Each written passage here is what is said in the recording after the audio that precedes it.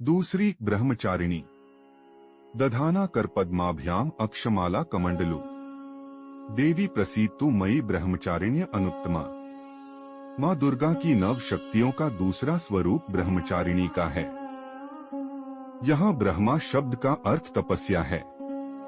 ब्रह्मचारिणी अर्थात तप की चारिणी, तप का आचरण करने वाली। वेदों के अनुसार वेदस्तत्व तपो ब्रह्म, वेद तत्व और तप ब्रह्मा शब्द के अर्थ हैं। ब्रह्मचारिणी देवी का स्वरूप पूर्ण ज्योतिर्मय एवं अत्यंत भव्य है। इनके दाहिने हाथ में जप की माला एवं बाएं हाथ में कमंडल रहता है। अपने पूर्वजन्म में जब ये हिमालय के घर पुत्री रूप में उत्पन्न हुई थीं, तब नारद जी के उपदेश से इन्होंने भगवान शंकर जी को पति रूप में प्राप्त करने के लिए अत्यंत कठिन तपस्या की थी। इसी दुष्कर तपस्या के कारण इन्हें तपश्चारिणी अर्थात ब्रह्मचारिणी नाम से जाना गया। कई वर्ष उन्होंने केवल फलमूल खाकर व्यतीत किए थे। 100 वर्षों तक केवल शाक पर निर्वाह किया था। कुछ दिनों तक कठिन उपवास रखते हुए खुले आकाश के नीचे वर्षा और धूप में भयानक कष्ट सहे। इस कठिन तपस्या पश्चात कई वर्ष तक केवल जमीन पर टूटकर गिरे हुए बेलपत्रों को खाकर वह अहर्निश भगवान शंकर की आराधना करती रहीं। इसके बाद उन्होंने बेलपत्रों को भी खाना छोड़ दिया। कई वर्ष तक वह निर्जल और निराहार तपस्या करती रहीं। पत्तों पर्ण को भी खाना छोड़ देने के कारण उनका एक नाम अपर्णा भी पड़ गया। कई वर्षों की इस कठिन तपस्या के कारण ब्रह्मचारिणी देवी का शरीर एकदम क्षीण हो उठा। वह अत्यंत ही कृशकाय हो गई थीं।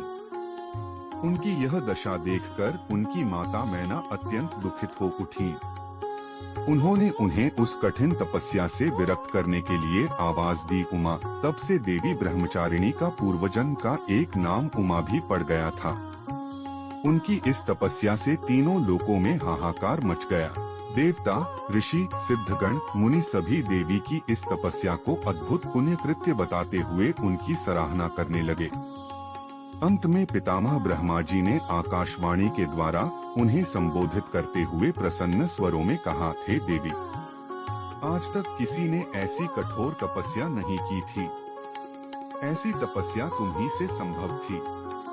तुम्हारे इस अलौकिक कृत्य की चतुर्दिक सराहना हो रही है।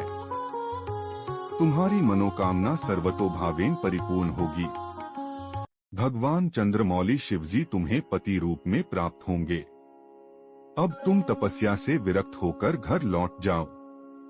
माँ दुर्गा जी का यह दूसरा स्वरूप भक्तों और सिद्धों को अनंत फल देने वाला है। इनकी उपासना से मनुष्य में तप, त्याग, वैराग्य, सदाचार, संयम की वृद्धि होती है। जीवन के कठिन संघर्षों में भी उसका मन कर्तव्य पथ से विचलित नहीं होता। माँ ब्रह्मचारिणी देवी की कृपा से उसे सर्वत्र सिद्धि और विजय की प्राप्ति होती है। दुर्गा पूजा के दूसरे दिन इन्हीं के स्वरूप की उपासना की जाती है। इस दिन साधक का मन स्वाधिष्ठान चक्र में स्थित होता है। इस चक्र में अवस्थित मन वाला योगी उनकी कृपा और भक्ति प्राप्त करता है। माँ ब्रह्मचारिणी की कृपा आप सभी पर बनी रहे।